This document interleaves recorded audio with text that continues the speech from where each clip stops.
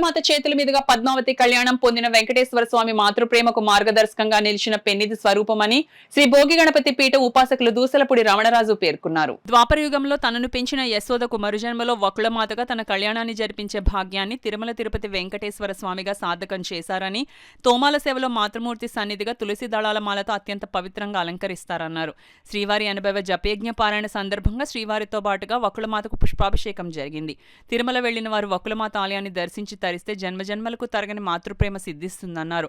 100 మంది మాతృమూర్తులకు butter milk bottles పంపిణీ చేశారు.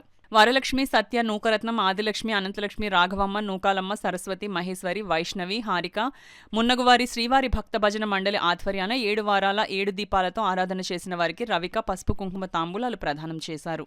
వకులమాతగా శ్రీ మహావిష్ణువు శ్రీ వెంకటేశ్వర స్వామిగా ఆయన మరి వకులమాత వద్దకు చేరి ఉన్నారు. ఆ విధంగా వకులమాత చేతుల మీదుగా శ్రీ వెంకటేశ్వర స్వామి వారి యొక్క కళ్యాణ కార్యక్రమం జరిగి లోక కళ్యాణానికి 7 కొండలు కూడా మనకి శుభప్రదం అయ్యాయి. మరి తిరుమల తిరుపతి వెళ్ళినటువంటి వారు శ్రీ వెంకటేశ్వర స్వామి వారి దర్శనంతో పాటుగా వకులమాత దర్శనం చేసుకుంటే ఈ కలియుగంలో ఈ మానవ జన్మలోనే కాదు ఏ జన్మలో ఎక్కడెక్కడ పుట్టినా సరే కూడా ఆ యొక్క తల్లి రుణం తీర్చుకునేటువంటి వైభవం కలుగుతుంది.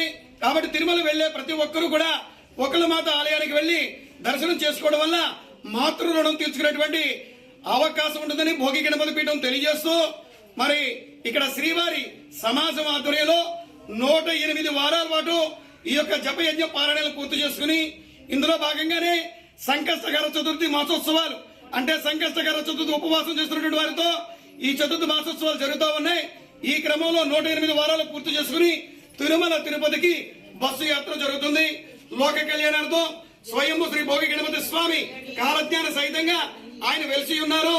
మరి లోక కళ్యాణ కార్యక్రమైనటువంటి ఈ కార్యక్రమాలతో శుభప్రదంగా జయప్రదంగా మంగళకరంగా భోగి గణపతి పీఠం వర్ధిల్లుతోంది. ఓం నమో భగవతే వాసుదేవాయ నమః.